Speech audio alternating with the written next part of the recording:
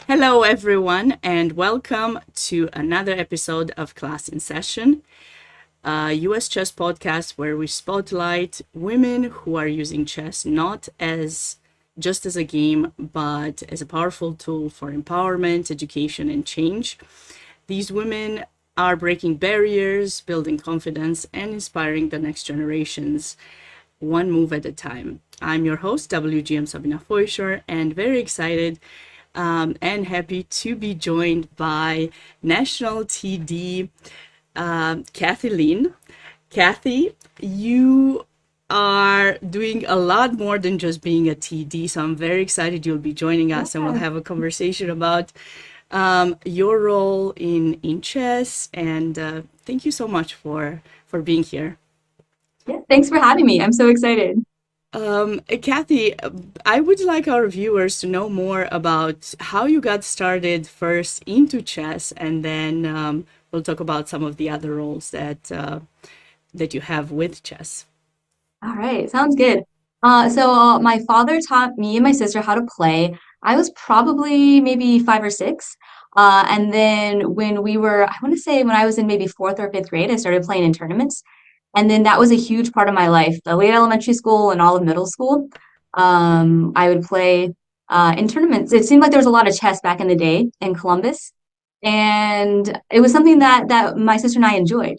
However, when I got to high school, I wanted to be like I didn't.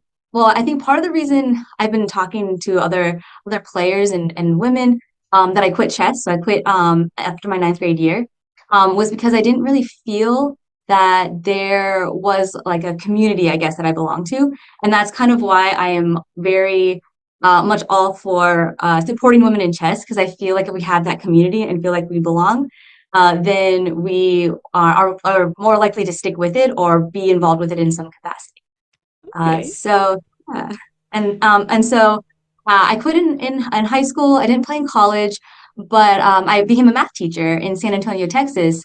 And after my first year, my principal said to me, "Hey, like you should try to do something like create a club or join something after school to get to know the students better." And I thought, well, I played chess as a kid and enjoyed it, so I'll start a chess club. And so I started a chess club, and that completely changed my life. Like that's the reason I'm here right now. We're because of those students back in San Antonio.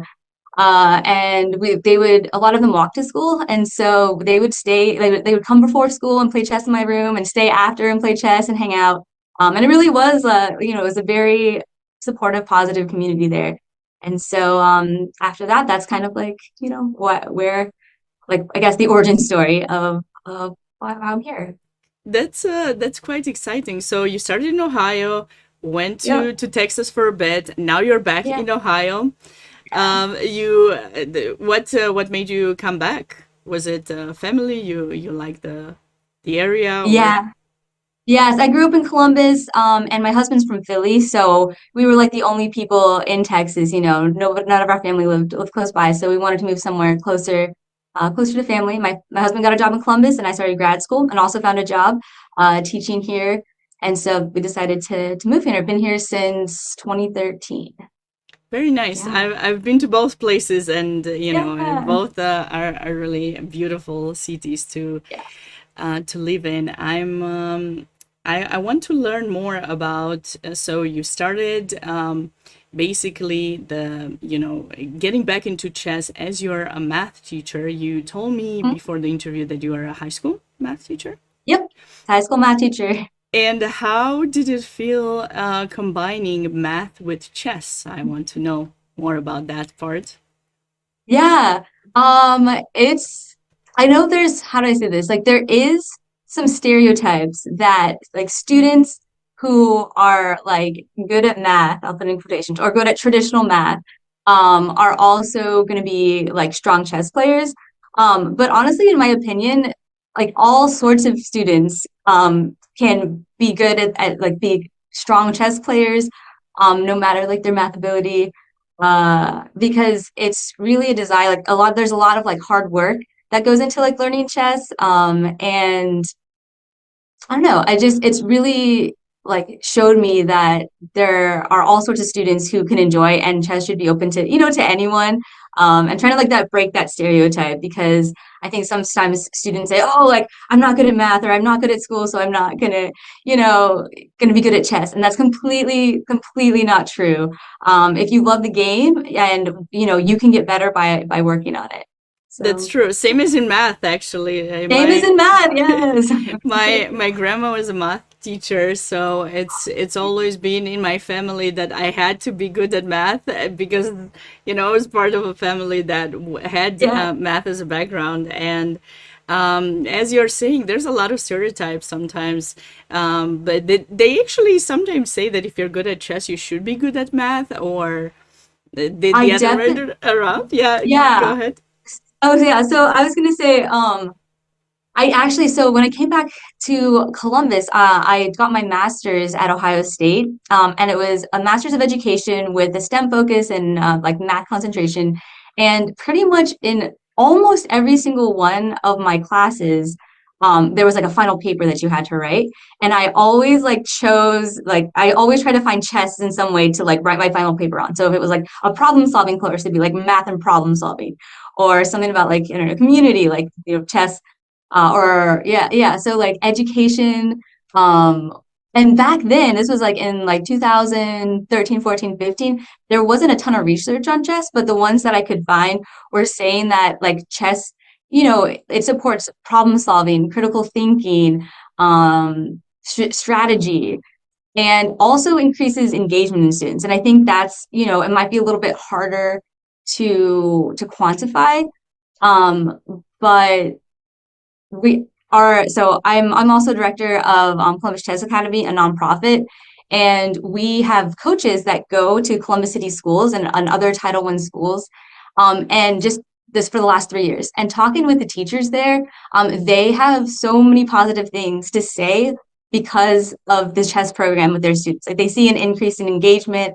And attendance rates, and they really feel that having that community, having that chess club, has been helping their students in a positive way. And so the first year we started off with maybe I think like 2 or 3 schools, and then the next year was at 8. Last year was at 15, and now we're like 25 different schools are interested in having coaches.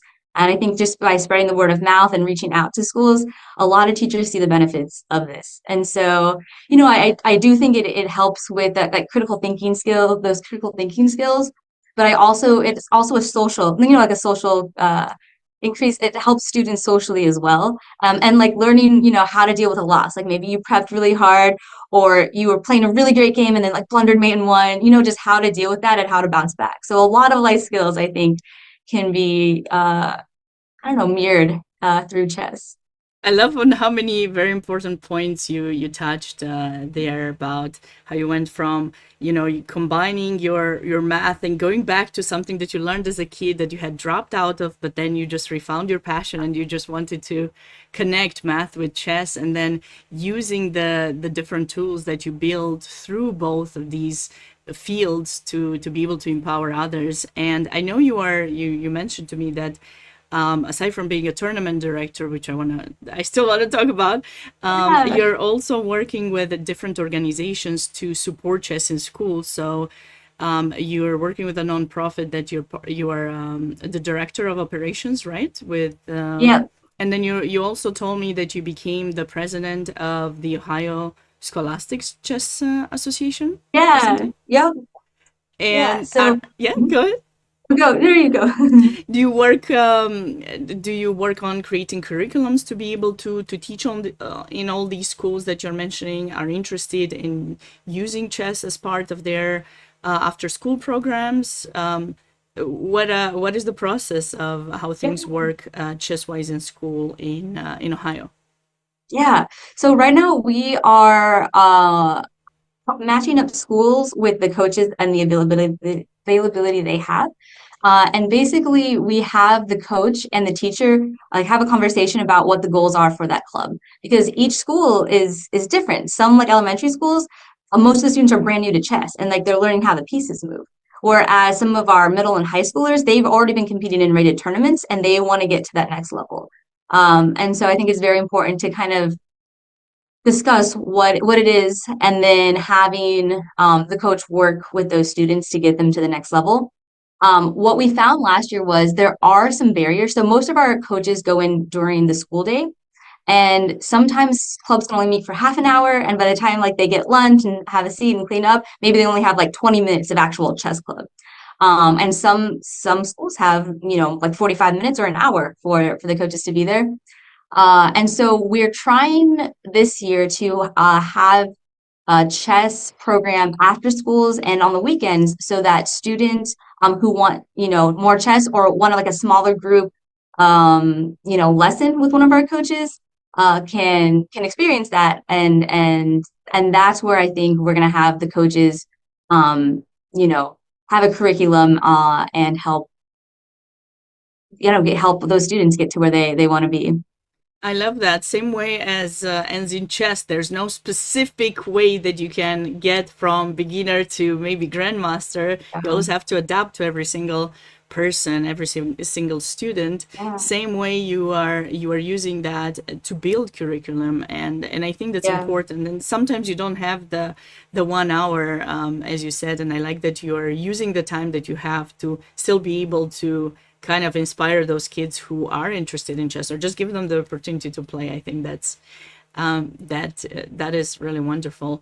And I want to go back a bit to the point where you were mentioning to me as a math teacher, you were asked to help, become a TD to help the kids, right, Yeah. get to play some rated games. So you got back into chess at that moment, Yeah. years back. Tell me, after that moment, what inspired you to continue in trying to get back into chess and get to the point where you are now? Yeah. So yeah, because I started off in San Antonio just like as a like a coach, like club advisor, and I when I was there, I was like less than 1,000. Like I would, and so and like one of the last tournaments we were at, like you mentioned, like there was one of the directors was like, "Hey, Kathy, we need you to like step in and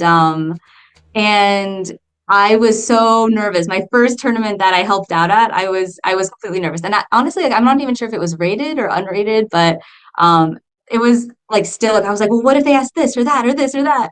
And he was like, it's gonna be okay. Like if you don't know something, just like come find me. And I was like, okay. And it went like pretty smoothly, Like and I was like afterwards, I was like, hey, like this wasn't so bad. But at that point, I still wasn't, how to say this? I still wasn't, I guess, too interested in becoming a director. And so when I moved back to Columbus, what really got me back into playing and then I think which tied into directing was I got a little postcard from US Chess for the Kings Island Open, and I said, and I there was like a prize was I think it was like $700 for you 1,000, and I was like, hey, like I think I can do that. And so I played in like my first like major tournament since I was a kid, and you under 1,000, and I won all five of my games and got that plus like some like prize money from the mixed doubles. And I was like, Nice. all right, this is great. So I started playing more. So I became a player, still like not a director, but it was when we formed the nonprofit. So I was one of the co-founders, and one like we really just started off in our early years of having like one summer camp and like a tournament. Like that was like, and then we did some like some volunteering at like libraries and things like that. But after, we hired some people to help us with the tournament, and that's when I really was like, oh, like this, like I wanted to like know how to do that, and so that we could start running our own tournaments and having our own people direct. And so really I was like maybe like 2014, 15 was when I was like, oh, like I think, I want to learn more about this. And I would basically ask any of the higher up directors, hey, do you need help? I'll come like work for free. You just like show like I'll just be your shadow and like you can give me like a TD credit. And people were like, yeah, sure. And so there were so many tournaments where I just would like come and like the Columbus Open, like the Congress, the Cardinal, and I would just learn from them. And at first it was like, just like on the floor, and then eventually I bought, I think I started with WinTD.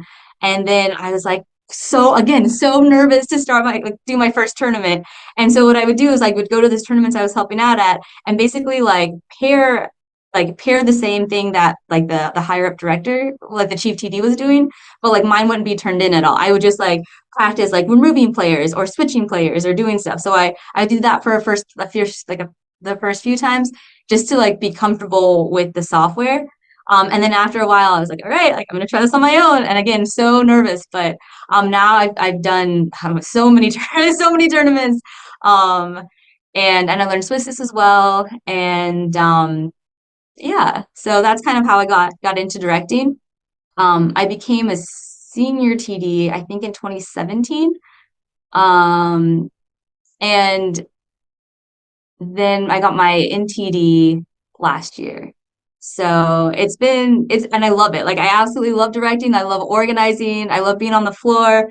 And I also love talking to like newer TDs.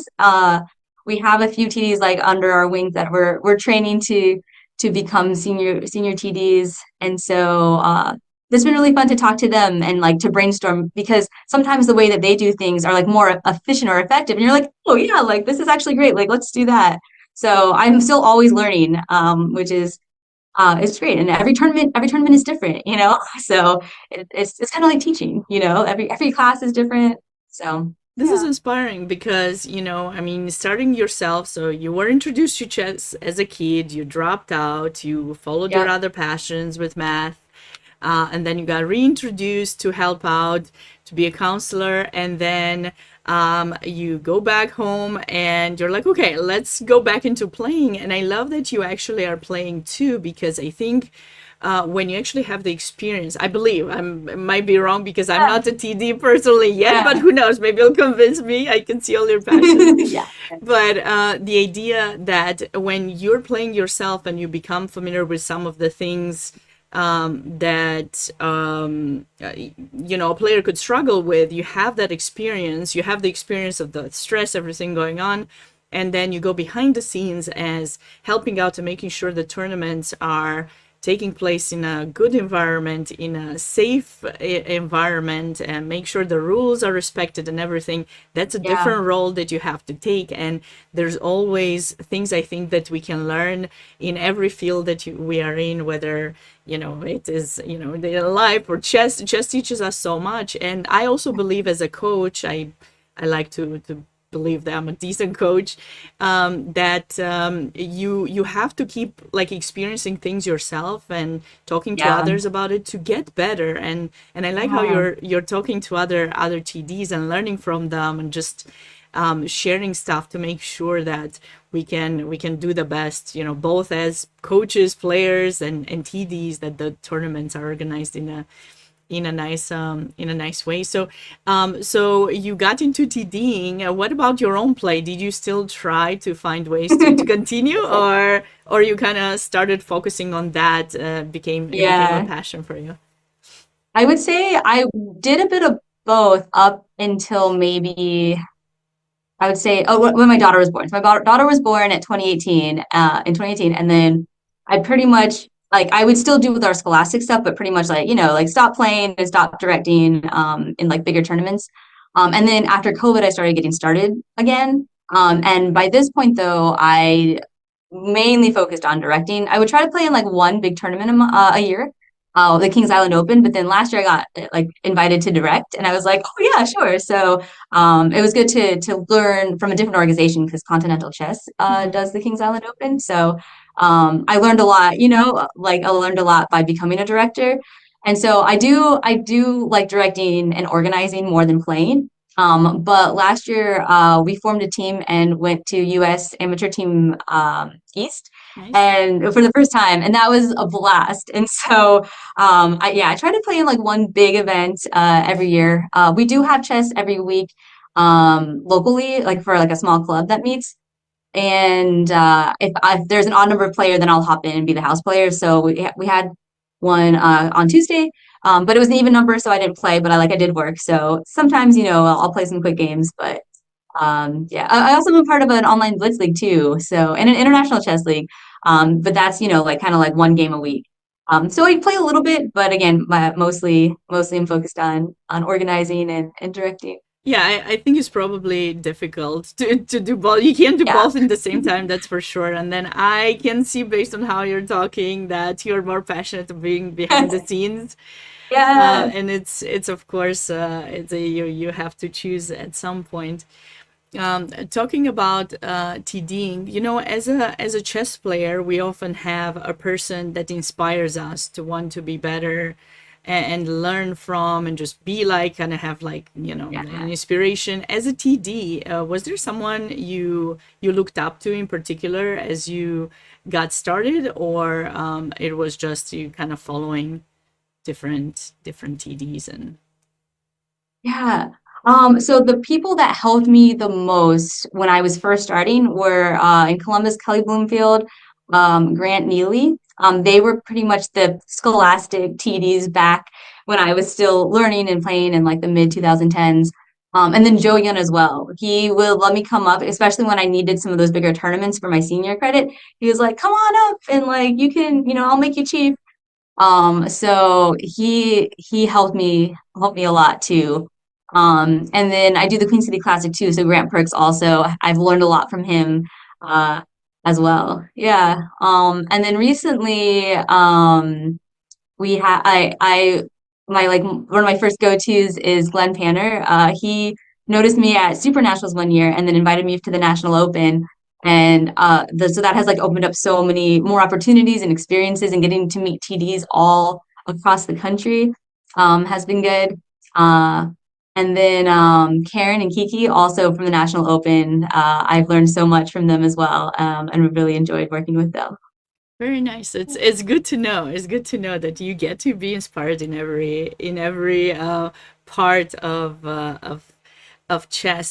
For someone who doesn't know what it takes to become a tournament director, you have quite a bit of experience and you got started and you worked through.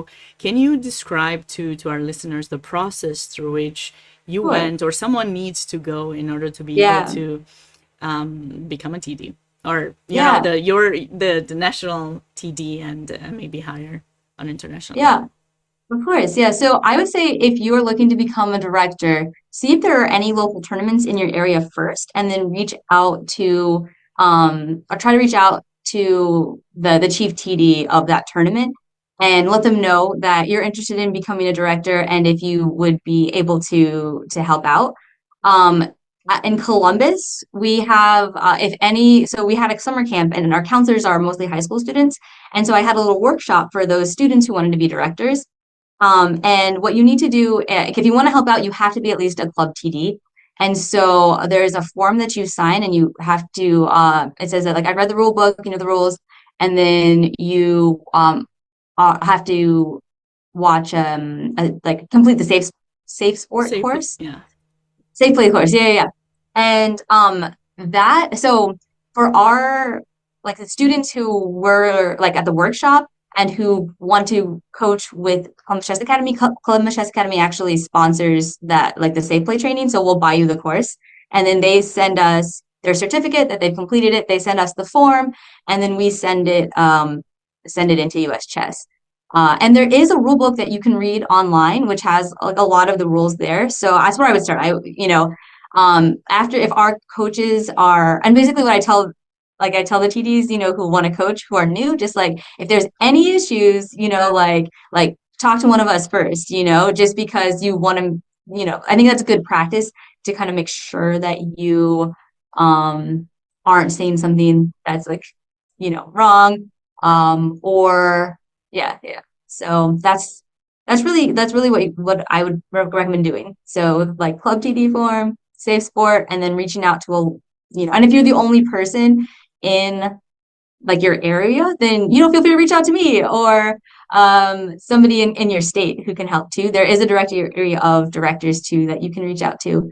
And I feel like a lot of directors are willing to help and willing to support you and encourage you uh, in this, yeah, in this. Yeah, and a lot of extra information, of course, can be found on US Chess. I just wanted to Yeah, see like you describing the process on yeah. how people can get started.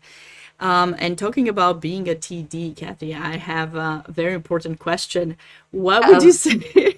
What would you say are some of the biggest challenges that someone could have running a tournament, or maybe Oh some that man. you've encountered, if you don't mind sharing. Yeah, the list is so long.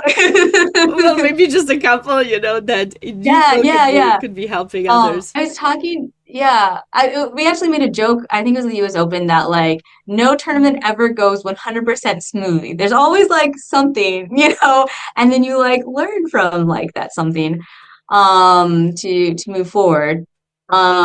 I did it, so I also have like on my Instagram and I post to Facebook too, like little TD tips, and like one Hmm. of them was, so we hosted our state championship.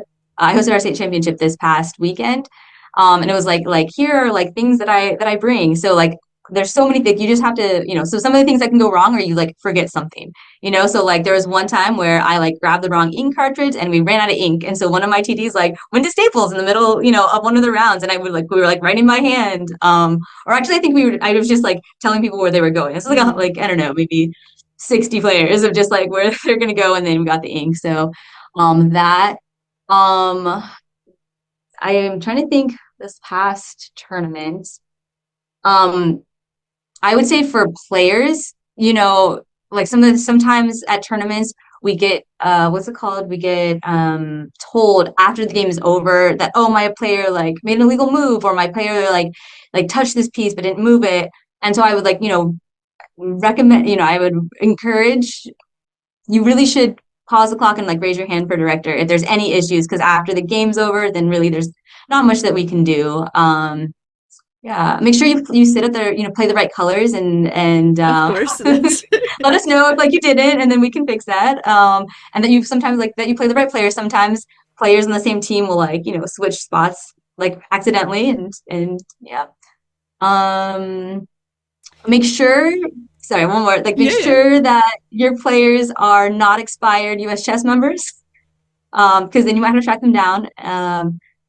Yeah, but there are like I learned so much again. Like at US Open, I learned, where to find the expired players, like using like it's called the hit list.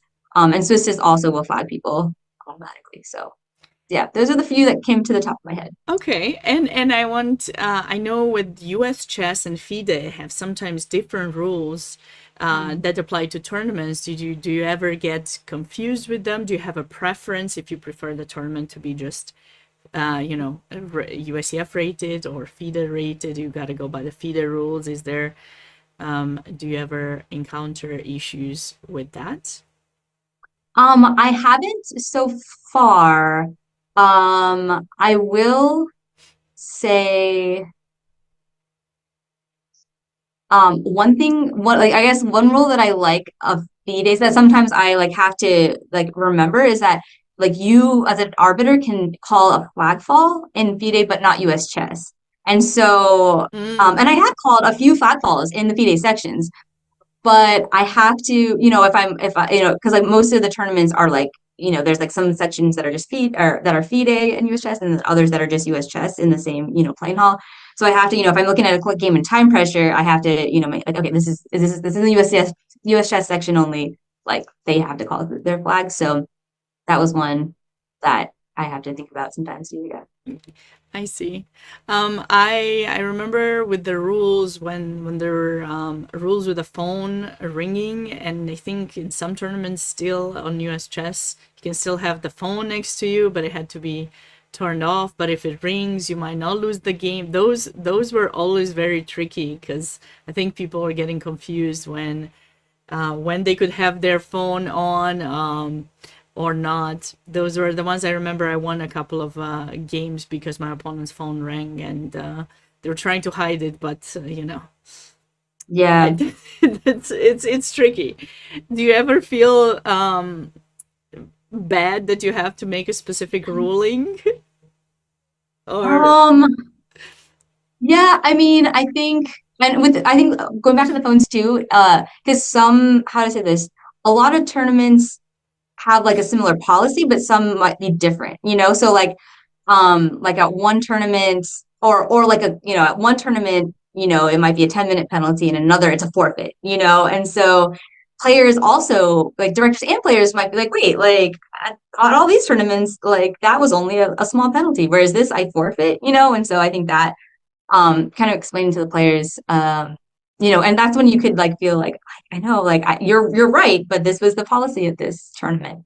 I think how do I say this? Like especially when there are kind of clear-cut cases, it's, you can be respectful about telling the player what the penalty is, and explain the rules. But I think it's our jobs as directors, and arbiters to uphold those rules, and like be consistent. Being the president of the Ohio Scholastic Chess Association and being a player and a director in Columbus, like I know a lot of people, especially in Ohio.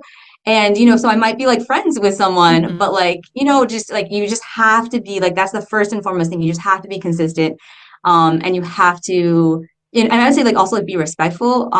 But you shouldn't let anything slide because like they're your friends or like this one time. Because once you start doing that, then, you're like people will talk and then Right. they'll, oh, well, she did this for this person, but not this for this person. And so I would just say like be consistent and go by the rules. If you're, there's been some times too that directors have put something in a flyer, but then want to change their minds, about it, or on site, for example, it's there's a player who's 1790, but the open section is 18 plus, and that's it. And they're like, but they're only 10 points, can't you just let us in? We came all the way, and you're like, I'm sorry, like that is the rule.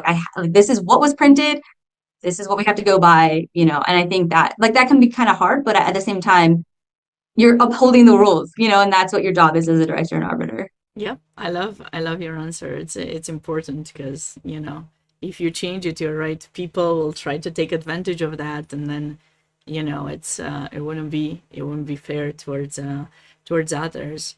Yeah. You've directed quite a lot of tournaments so far, from Yeah. scholastic to adult ones, probably smaller Yeah. ones to larger tournaments.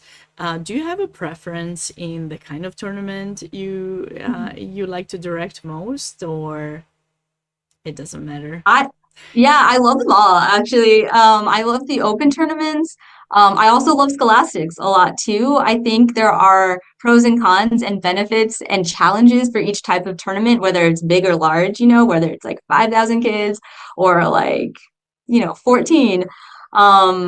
So yeah, I honestly like I would I love doing it all. So And yeah. I was very excited when we talked before the interview, and you told me you will be one of the arbiters for the U.S. Championships later this year. How did that come about, and how important is that the tournament for you?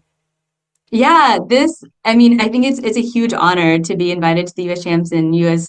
Champions Women's Championships.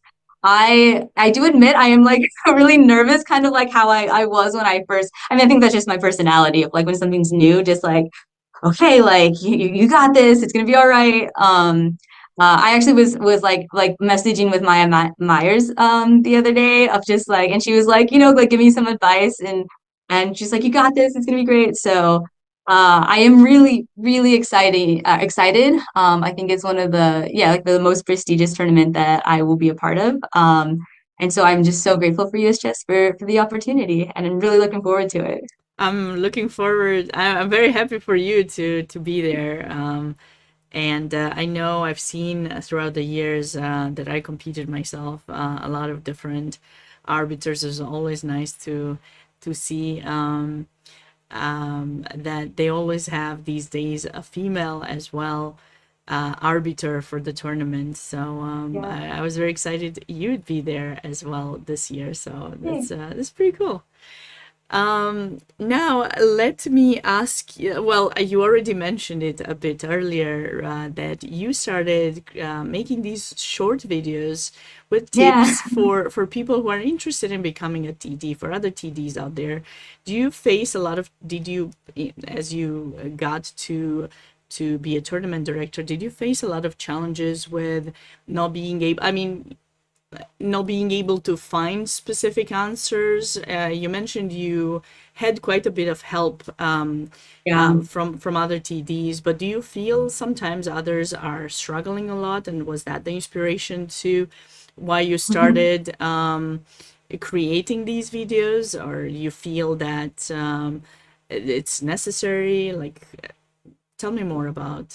Yeah, sure. So, I've always kind of liked making little videos. I used to do that in San Antonio. We would like make little YouTube videos. And I didn't actually, yeah, earlier this summer was the first time I got Instagram, and started posting. And I knew that if I had tried to do something like this before so yeah, I do chess full time now, working for my nonprofit and directing. But I knew when I was teaching, like, I just felt like it'd be too overwhelming to both teach and do the nonprofit and directing and making the videos. So it was honestly just something that I like have always enjoyed, and now I feel like I have time to do that. But I do like there are times as a director where like you can reach out to like I mean I call people constantly, in the middle of a tournament, or ask them beforehand if there's an issue.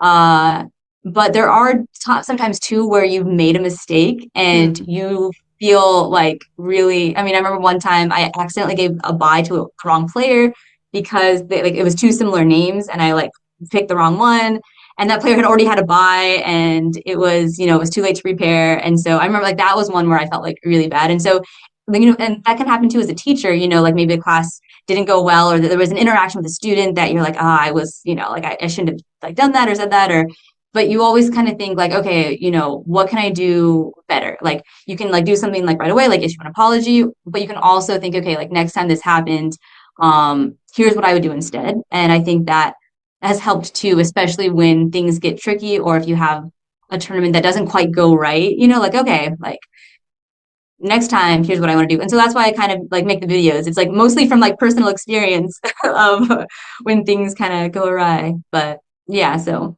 and also maybe like to keep, my memory's not the best. And so just to like, I can watch my previous videos and be like, oh yes, like don't forget the power strip this time. Like don't do that. Okay. Yeah, I was following and I saw a couple of videos that you made over the weekend with some of the things that you forgot to take with you in the Yeah. past, and it was similar to the one you mentioned in this interview a bit earlier with the cartridge or ink. Yeah. Yes. So it makes sense. It's important to I think I'm personally very passionate about video making and trying to help guide people more through things because as the world is changing and we have more access to information, I think Yeah. even like future generations seem to be more interested in finding things online in a video rather than reading it, which I'm Yeah. not for not reading, but I think Yeah. sometimes having a video can help be guided a bit more, and some people are better visual learners, so having some hints, and if you're watching this interview, you definitely should go check out Kathy's videos. I've Oh, I've thanks. learned I've learned some things about the pairing people as well. I believe you made some from the US Open, maybe, or the Yeah. yeah. So Yeah. Yeah. no, I The round mean, robin. even if you don't, you might find, get a lot of your passion, into it, and I think a lot of people can appreciate that, and it's inspiring to see others share their knowledge, and yeah, so Yeah. definitely, I hope they go and they follow your Yeah. Instagram, and we'll make sure to tag it underneath Awesome. this video. I was So gonna say too, if yeah, any of you have like videos you want to see, like somebody the other day at like requested a video on like class prizes versus under prizes. And so like yeah, feel free to like reach out to me if you want to see a video. Somebody yesterday called me and asked about team pairings, and so like yeah, feel free to ask me and I can post something for you. as I can give you a Reach out question to right someone and now. ask I can them. give you a question Oh right yeah, now. I sure. was interested, maybe this is something Okay. you want to do. So I had a student who played in a 3-day section, lost the Yeah. game, and then re-entered the 3-day section. So now the question is, in the final round, let's just say this person who re-entered has the Yeah. same number of points as someone else.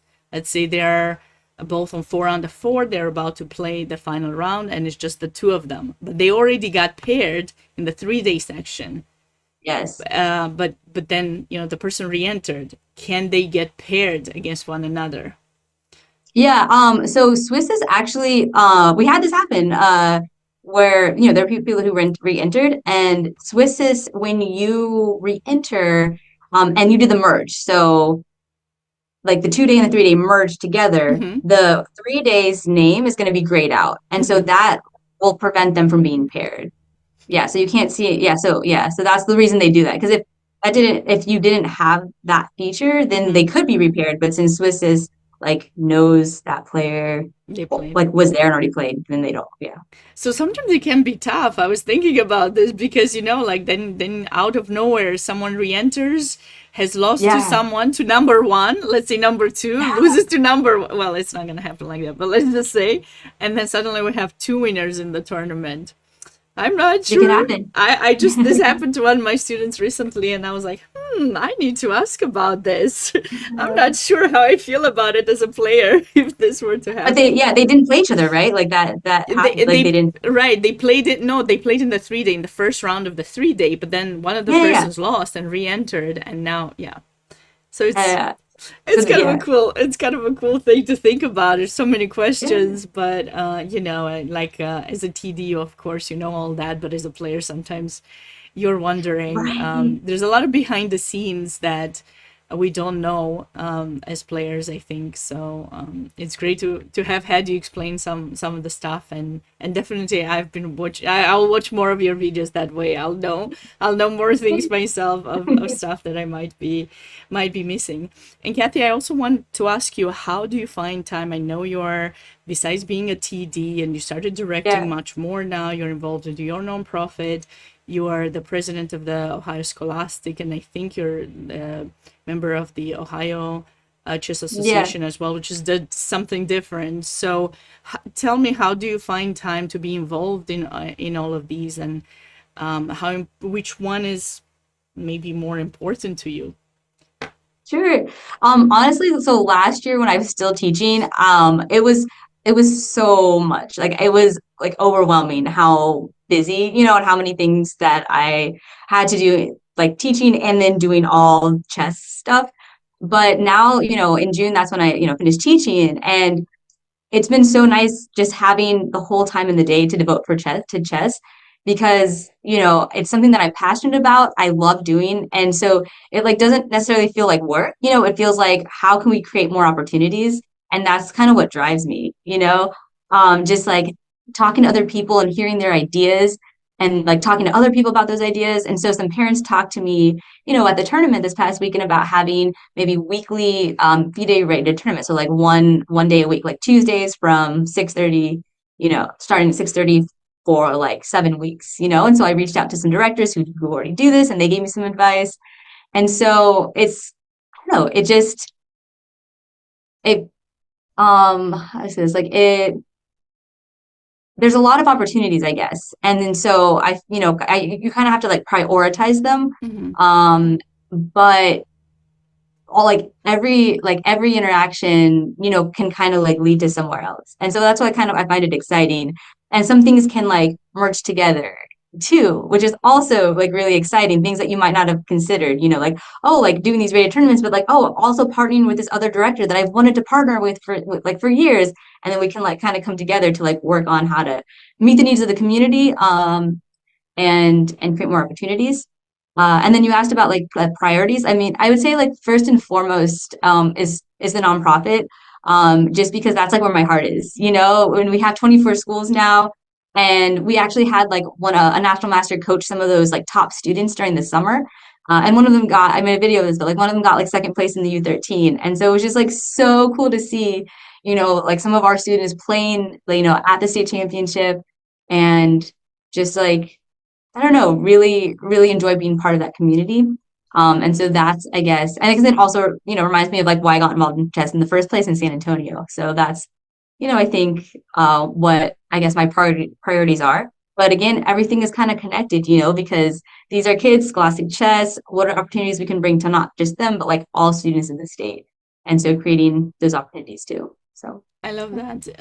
And you're a female in a chess being more of a more male dominated. Do yeah. you notice being involved as a TD and with your nonprofit, TD, getting to coach in schools? Do you notice or have you noticed in the past few years changes with the number of girls being in chess, or are you keeping track or trying to find ways to continue empowering Yeah. females and girls to stay in the game? Yeah. So yeah, it's funny because when I started playing again in like, 2013, 14, 15, I was like the top woman chess player in Ohio, like 18 and up, Hmm. which is like I'm only like 14, like 1450, and like back then I was like maybe like 12 or 1300. Like there was like no other 18 plus women that like played. Like I was the top woman Hmm. chess player. And I think one of the things I think that helped was like Queen's Gambit. Definitely like some women were like, "Oh, like I love that." And I like kind of joined in. And there have been, I would say, especially in the last few years, a lot. I've seen a lot more women and girls, especially in like the Ohio, in like the Columbus area. We got a grant from US Chess Women last year to build chess for girls and women in Columbus. And that was, I would say, like an amazing opportunity that it was so much fun. So we, like, our organization partnered with two others, and we had like monthly meetings of girls and women. And then I had tournaments on a lot of those days, but I had like a girls' room that girls could come and hang out and learn. And like if they came 3 times, they got a hoodie, and so you could see people, like proudly wearing their hoodie. Hmm. And then one of the most fun summer camp I had was the Queens of Columbus camp, and that was we had it at a like community room at a local mall, and it was open to girls, women, of all ages, all skill levels, and we had like some girls came, and some come with their friends, but some girls came with their moms, so their moms and their daughters were learning, and one came with their grandma, so we had like 3 generations of players there. And Summer Dillon came and did a simul with them, and it was a blast. It was so much fun. Um, and I think, and again, like that kind of brought me back of like if I had a community like this growing up, like I might have still played in high school, because like all my friends would be playing. I didn't have any girlfriends that played like at my school, but had there been a club or had there been this place where I could see my friends, every month, then like I might have stuck with it. And so that's why I'm like really passionate about women and girls playing chess. I love that. And you're definitely right. The more, I go to tournaments myself, I notice a lot of girls see chess also as a nice way to socialize and become friends with one another. And I think over the years, as the girls' club room has developed and improved in Uh, various national scholastic tournaments that US Chess organized, that I've been a part of on a few occasions, I've noticed the numbers of girls coming to the club growing, and I love to yeah, see that. So hearing that you are trying to continue that passion because you were struggling with it, yeah, it's really wonderful. So I personally appreciate you doing that. And yeah, for those of you who don't know, US Chess does offer grants for women organized events that inspire they continue empowering girls and women. So I believe the deadline has passed now, but usually around the end of the summer or fall, they make an announcement and everyone can apply for a grant. yeah, And then they decide. And different organizations have found ways to utilize the funds to grow chess. I personally was a part of, or heard there's going to be some all girls camps being organized in some states, and you yeah, can use the funding. And I love that because we have to try to continue finding ways to keep more girls stay in the yeah, game. This is another reason why I want to do this podcast and continuing and bring new females, like different females who are doing something to help continue growing chess in the community, because I want to make sure that we hear about one another, we learn to work with one another so that we continue growing the game. And yeah, yeah, it's great to hear that aside from everything you're doing, and of course you're going to, I'm sure, be a continue to, if you are not already, you'll be a one of those role models for girls who want to become tournament directors. There we have quite a few right now, but definitely much more than we had a few years back. So yeah. Thanks for everything you Yeah. do. As a final question, Kathy, was there anything else that you'd like to say? Any other advice you want to give to other either people who are trying to become tournament directors or other females who um, are into chess and want to do get involved? Yeah. Anything I didn't ask you, or you'd like to give as a final advice? Yeah, I was gonna say too for like I'm partnering with a woman in Michigan and we're having like online like Zoom meetups on Fridays. And so if any women or girl like that's not in, not in Columbus, not part of Ohio or Michigan, you're welcome to join. We're trying to like grow this again to a bigger community. So I can get Sabina the link after that. And so that's if you're a girl or woman watching this and want to play more chess, we're gonna do some puzzles this week. Let us know and I can give you that information. I would say if you're interested in being a director, like don't hesitate to ask. So many people are so helpful. Like I find the chess community very like has been very supportive to me, and very open, to sharing, what they do. Um, yeah, I guess I don't know. It's been such a fun journey, and if you asked me like 10 years ago if you thought I'd be here, I would be like, "What? No." And 20 years ago when like I didn't even have chess in my life, like this, it's just been such an amazing journey. And just want to thank everybody who has helped me along the way, and to all of my students, because they inspire me and they're what keep me going, to do this. So thank you guys.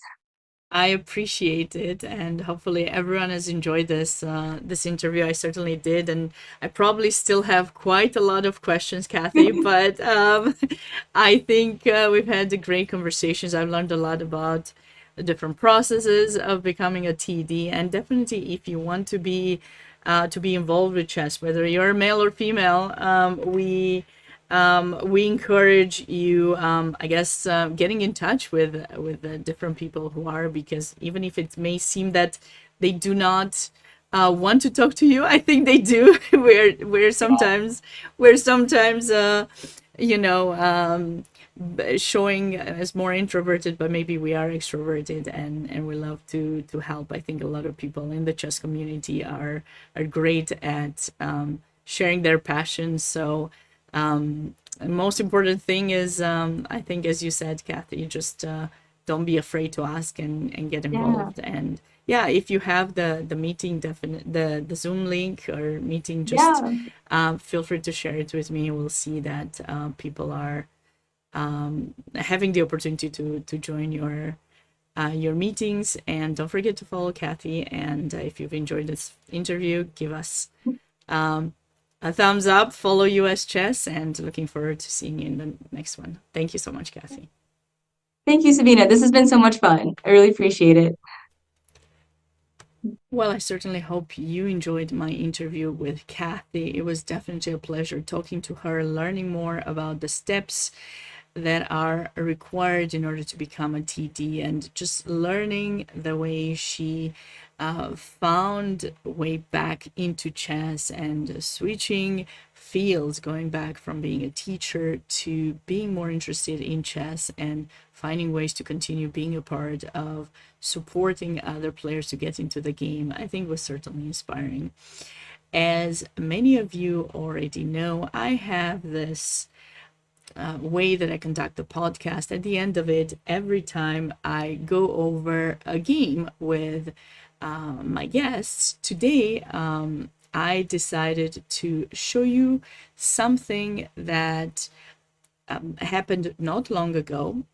As you may be aware of, there was the FIDE Women's World Championship that took place a little over a month ago, and it was international master Divya Deshmukh who ended up winning the tournament.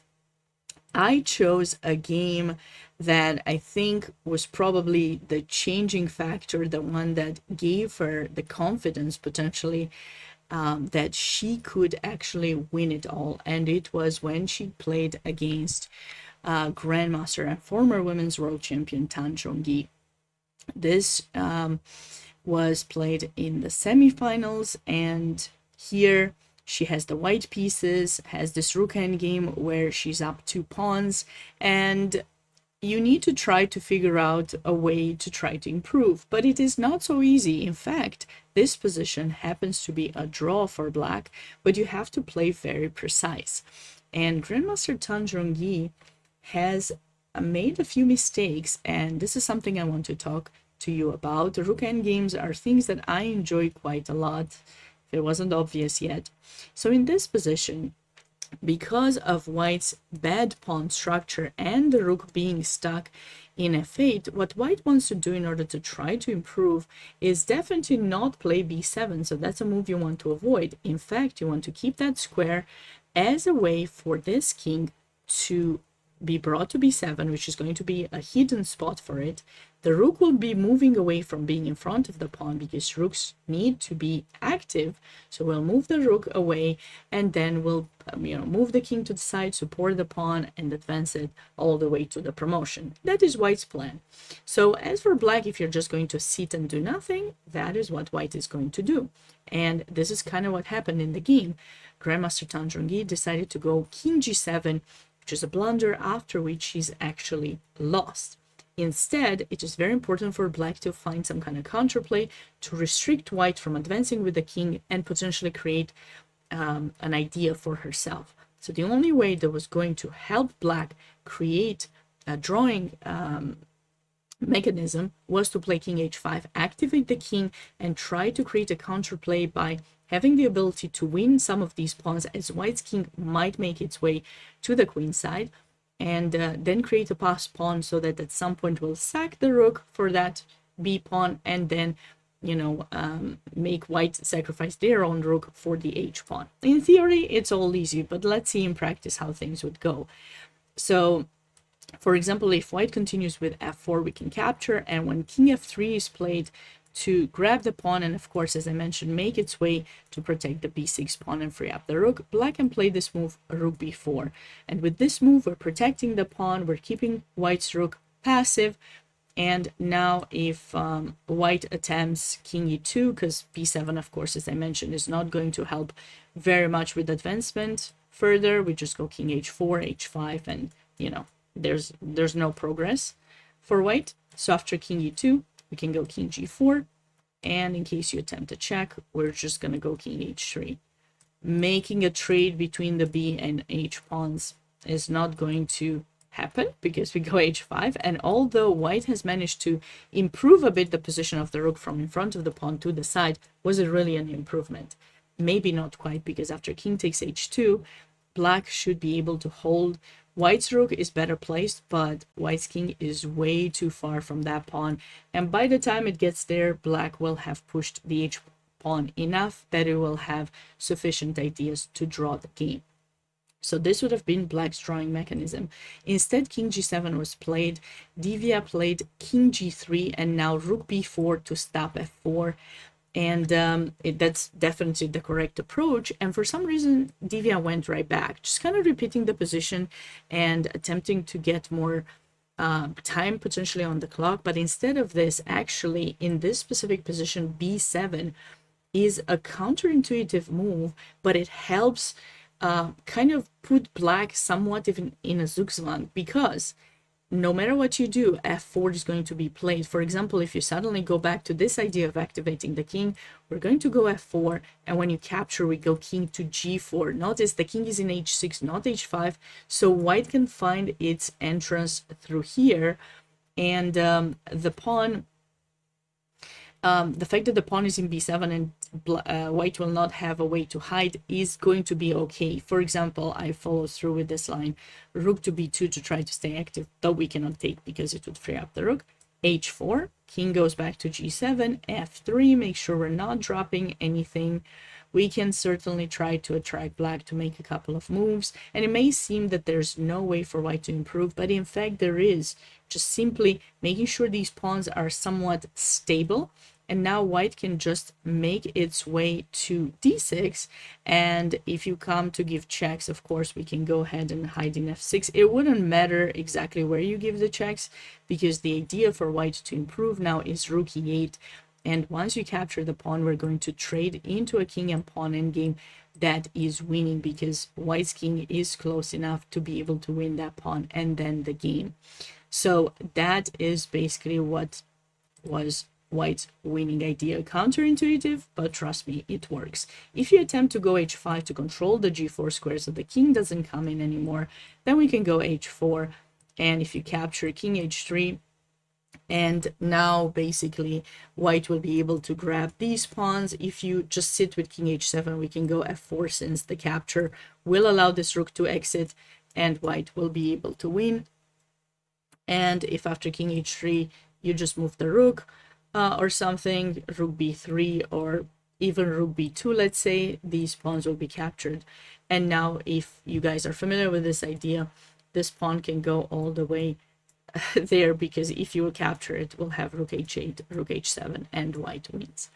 Having a little bit of rook endgame knowledge is very important. That's why theoretical positions are good to be studying.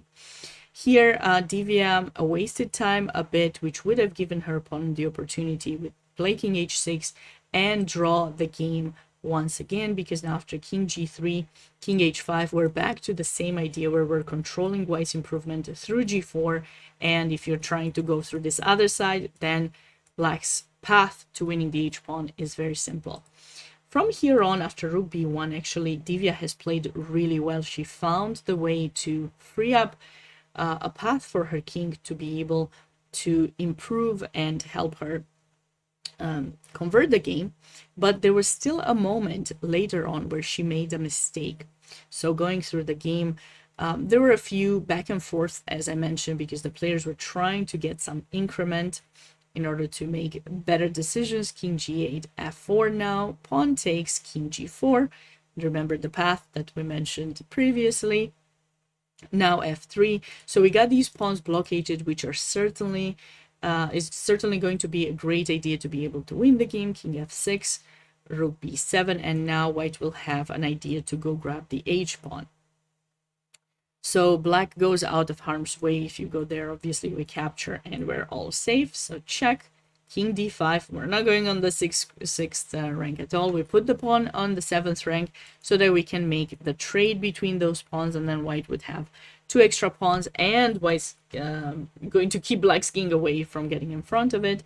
And in this position, the easiest path for white to win is, pause the video and try to find it, rook to e4. I think this makes things easy, but you have to still be careful. You don't play rook e4 to take with the rook. No. It's very important in rook endgames to cut off the opponent's king. The correct move is king f5. So the king actually enters to go grab the h-pawn. The rook does a great job at restricting black's rook. So white's path to win is going to be relatively easy from here on. Very, very important. This nuance could make a big difference in the result of the game. But rook h7 was played, and Divya seemed to not be able to fully find the way with the rook on the 4th rank and entering with the king to be able to win. So she gives her opponent one more chance to draw here, and Tanjungi finds it. Rook g1 check. Now black takes the ability to give a few checks and make white's king passive. If you want to avoid the perpetual here, you have to go to g2. You won't be able to escape. And this really helps black, because now without the king being active, it's difficult to make progress. Why? Because three important rules in rook endgames: the rook behind the pawn, in front of the pawn, to the side. That's how you usually want to place your rooks.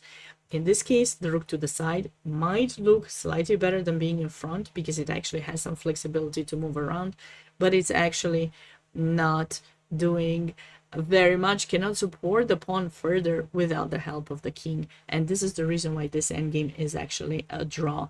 Thankfully for her, Divya's opponent, Grandmaster Tanjungi, made a big mistake in the following position. So here, after check, king to d5, white seems to be approaching to be able to support the b-pawn to promote and try to win black's rook. And here it is very important with black to wait for that move king c6 to be played, so that checks can be given from behind and kind of force white's king as far away as possible. Instead, Tan Zhongyi played this move, after which it is game over. The correct way to draw in this position with black is playing, for example, rook b3, keep that pawn attacked, allow white to go support the pawn. We're checking because that was a threat to promote the pawn. And now king c8, rook c3. It seems that white has an easy path to win, but not quite yet, because the king has been pushed quite a bit away from these two pawns, which are going to be passed pawns. King takes king g3, and white doesn't have sufficient time to protect this pawn with the rook and also stop the h pawn. So when doing that, here black manages to draw as white's king is too far away. So that was very important. Tan made this huge mistake of king h3, and now it does matter, because after king c6, these checks lead to king b5.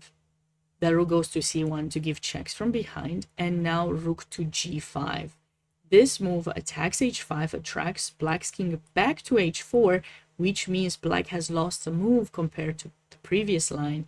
And now when the rook g8 is played, and white has managed to support the promotion square with the rook, which means her king will be able to be just a tad more active, and it makes a huge difference. Instead of having the king in b8, she has the king in c6, and after rook b3, queen takes, king g3. White has sufficient time to protect the pawn, and now even if you continue with h3, we go king e4, h2, rook to b1. The rook is going to cover that pawn, the king captures f4, and white wins. So this was the game that allowed Divya to make it into the finals, and eventually won the FIDE Women's Chess Championship and became a grandmaster. I certainly hope this endgame was inspiring to you and you learned from it. If you want to see more of these, don't hesitate to let us know in the comments. Also, let us know if you enjoy these podcasts. Happy to make more if you have specific guests that you'd like to see. Also, feel free to let us know. Give us a follow, thumbs up. Follow US Chess on all the social media accounts. And I can't wait to see you in the next video.